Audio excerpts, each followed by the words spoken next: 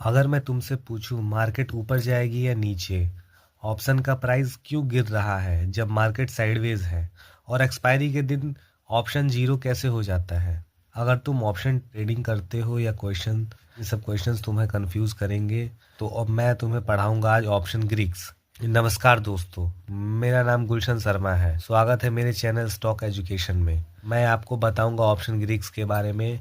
जैसे option Greeks होते हैं डेल्टा, थीटा, गामा और वेगा। ये वीडियो आप स्किप मत करना, क्योंकि लास्ट में मैं आपको बताऊंगा रियल ट्रेडर्स ग्रीक्स का यूज़ कैसे करते हैं प्रॉफिट के लिए। सिंपल भाषा में आप ये समझो कि ऑप्शन ग्रीक्स होते क्या है। ऑप्शन ग्रीक्स ऑप्शन का एक रिपोर्ट कार्ड होता है जो ये बताता है कि मार्केट मूव करेंगे तो ऑप्शन कितना मूव करेगा, टाइम पास होने पर ऑप्शन कितना गिरता है, वॉलेटिलिटी बढ़ती है तो ऑप्शन पर क्या इफेक्ट होगा, ये सब बताते हैं हमें ऑप्शन ग्रीक्स।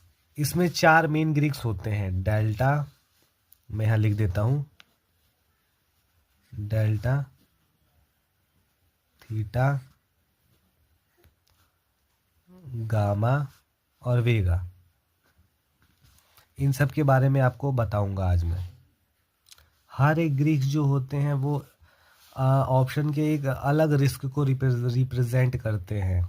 ऑप्शन ही नहीं, फ्यूचर्स का भी अपने ही अलग रिस्क को रिप्रेजेंट करने वाले ये सब होते हैं ग्रीक्स। हर एक ग्रीक्स जो होते हैं वो ऑप्शन के एक अलग रिस्क को रिप्रेजेंट करते हैं। ऑप्शन ही नहीं, फ्यूचर्स का भी अपने ही अलग रिस्क को रिप्रेजेंट करने वाले ये सब होते हैं ग्रीक्स।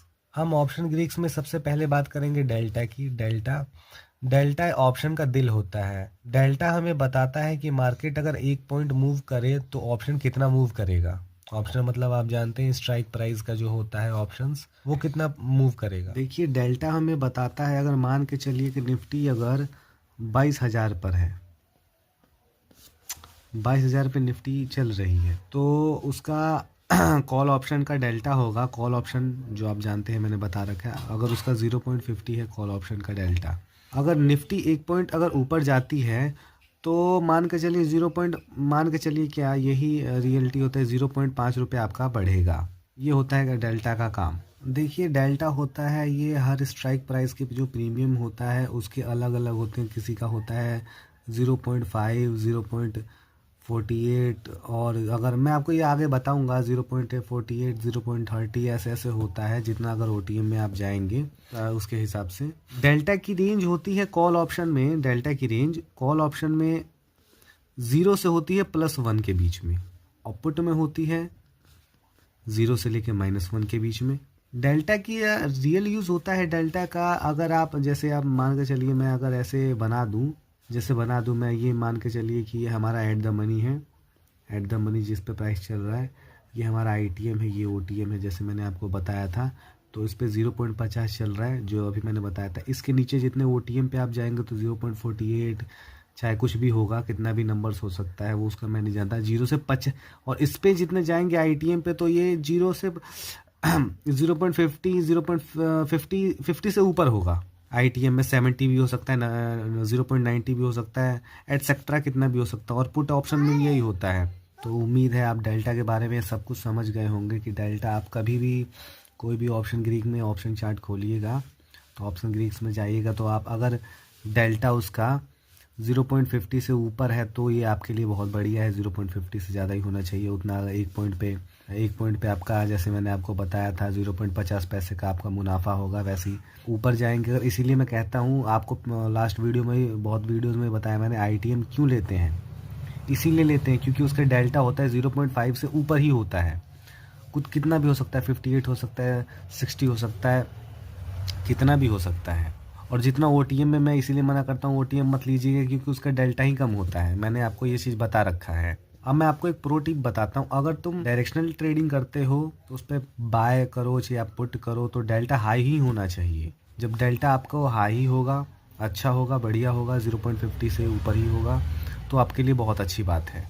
अब मैं बात करूंगा ऑप्शन का सबसे बड़ा दुश्मन यानी थीटा। थीटा मतलब हम आम भाषा में जानते हैं थीटा डीके। जैसे जैसे टाइम निकलता है वैसे ऑप्शन का प्रीमियम गलता जाता है। अधिकतर लॉस लोग होते हैं जो लॉस इसी में ही करते हैं, थीटा डीके के ही कारण। एग्जाम्पल बोलूँ तो अगर आपका ऑप्शन है, अगर ऑप्शन प्राइस है 100 रुपये, तो थीटा लगेगा -5। इसका मतलब होता है हर दिन अगर 5 का लॉस, चाहे मार्केट सेम ही क्यों ना रहे, आपका 5 का लॉस तो होगा ही। इसीलिए अधिकतर कहता हूँ मैं ही कहूँगा, चाहे बड़े बड़े लोग क्रिएटर्स कहेंगे, कभी भी कोई भी ट्रेडिंग ना करें एक्सपायरी वाले दिन। इस एक्सपायरी के जो दिन होता है उस दिन निफ्टी 50 चाहे सेंसेक्स चाहे बैंक निफ्टी में ट्रेड ना ही करे तो अच्छा है। अगर आप ट्रेड करते हैं तो कोई बात नहीं, अपने एनालाइज पे करें, लेकिन उस दिन थीटा डीके होता है, चाहे एक्सपायरी के 2 दिन पहले थीटा वेरी हाई तक होता है। आप कहीं से भी आप पता कर लीजिएगा, ये आपको बता देंगे कि एक्सपायरी के 2 दिन पहले से थीटा बहुत हाई होता है। और थीटा का फायदा किसको मिलता है? थीटा का फायदा भी मिलता है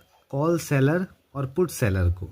इन्हीं लोगों को थीटा का फायदा मिलता है। जैसे मार्केट अगर नीचे आ रही है, आपने बियरिश लिया है, अगर साइडवेज हो गई तो इनको सेलर्स को ही फायदा होगा, बायर्स को कोई फायदा नहीं होगा। बायर्स को चांसेस मैंने आपको बता रखा था ना, 33 पॉइंट ही होता है और सेलर को 66% इतना फायदा होता है। यानी बायर्स का दुश्मन होता है ये थीटा, और सेलर का एक तरह से दोस्त होता है थीटा। लेकिन नुकसान इसका भी करता है और इसका भी करता है। थीटा का सबसे बड़ा नुकसान होता है ऑप्शन बायर्स को। ऑप्शन जो बायर्स होते हैं उनको सबसे ज़्यादा नुकसान होता है ऑप्शन बायर्स को, और जो लेट एंट्री लेते हैं उन लोगों को। इसीलिए कहता हूँ मैं ही क्या, सभी बड़े बड़े क्रिएटर्स कहेंगे कि बिगिनर्स जो होते हैं एक्सपायरी को बाय करते हैं तो उनको लॉस होता है। क्यों होता है? इसी के कारण होता है, थीटा के ही कारण होता है। इसीलिए जब थीटा जब हाई हो तो एक्सपायरी वाले दिन ट्रेड ना ही करे, तो अब ट्रेड से बचें।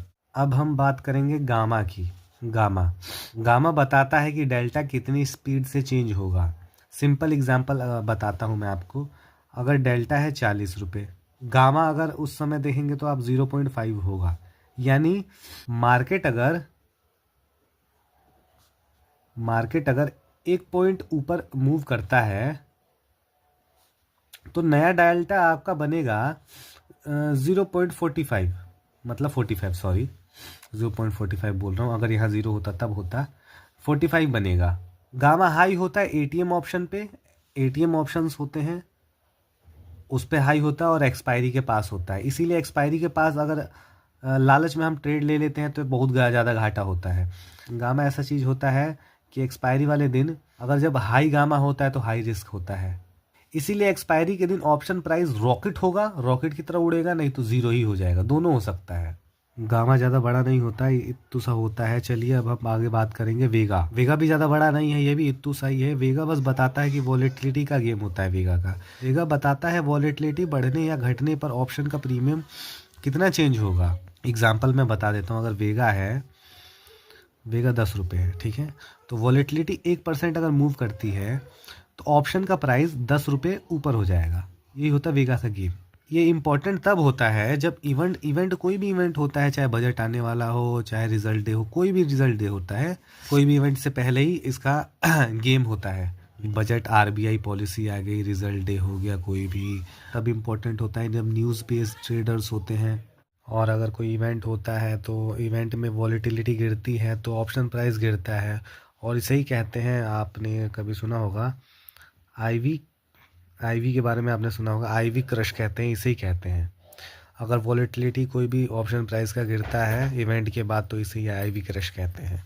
रियल ट्रेडिंग में ग्रेस का यूज़ कैसे करते हैं हम, ये देखिए मैं बता देता हूँ। जो ऑप्शंस बायर्स होते हैं, मैं यहाँ शॉर्ट में लिख दे रहा हूँ, जो ऑप्शंस बायर होते हैं उनमें क्या देखें, पहले डेल्टा देखें। डेल्टा हाई होना चाहिए, थीटा कम होना चाहिए। और तो इससे ये होगा कि ये वेरी पॉजिटिव के बहुत पॉजिटिव होगा, पॉजिटिव जाएगा ये।